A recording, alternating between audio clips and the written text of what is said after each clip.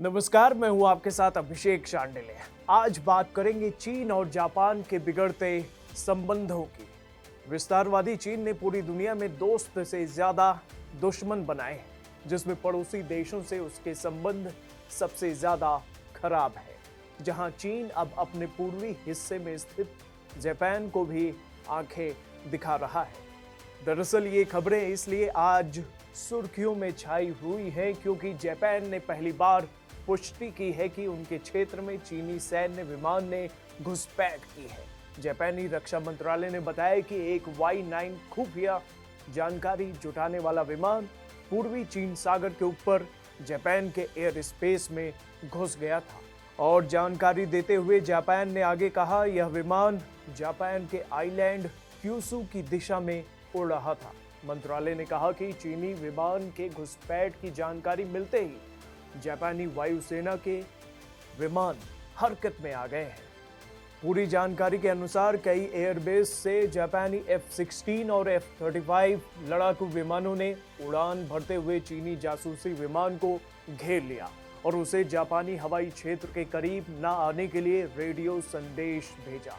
चीनी जासूसी विमान ने सुबह करीब 10:40 बजे नागासाकी के दक्षिणी पश्चिमी प्रांत में गोटो शहर में डेंजो द्वीप के दक्षिण पूर्व में पानी के ऊपर चक्कर लगाना शुरू किया था। जापान के प्रवक्ता योशिमा हायाशी ने कहा, चीनी सैन्य के विमान के जापान के हवाई क्षेत्र में घुसना हमारी संप्रभुता का गंभीर उल्लंघन है। साथ ही यह हमारी सुरक्षा के लिए भी खतरा है और यह पूरी तरह से अस्वीकार्य है। हायाशी ने कहा, चीन ने पहली बार हमारे हवाई क्षेत्र में घुसने की कोशिश की है।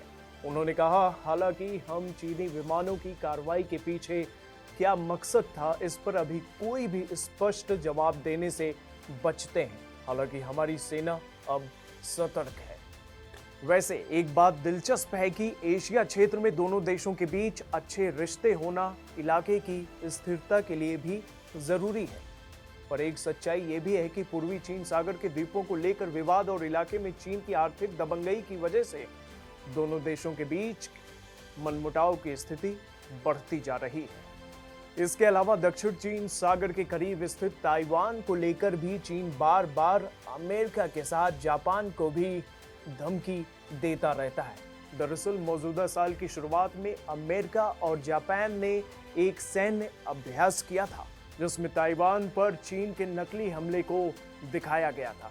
जापानी मीडिया ने बताया कि वॉशिंगटन और टोक्यो ने इस साल के कीन एज अभ्यास के दौरान पहली बार बीजिंग को काल्पनिक दुश्मन के रूप में नामित किया था। इस पर प्रतिक्रिया देते हुए चीन ने कहा, दोनों देशों के बीच यानी चीन और ताइवान के एकीकरण में बाधा डालने के लिए अमेरिका और जापान को भारी कीमत चुकानी पड़ सकती है।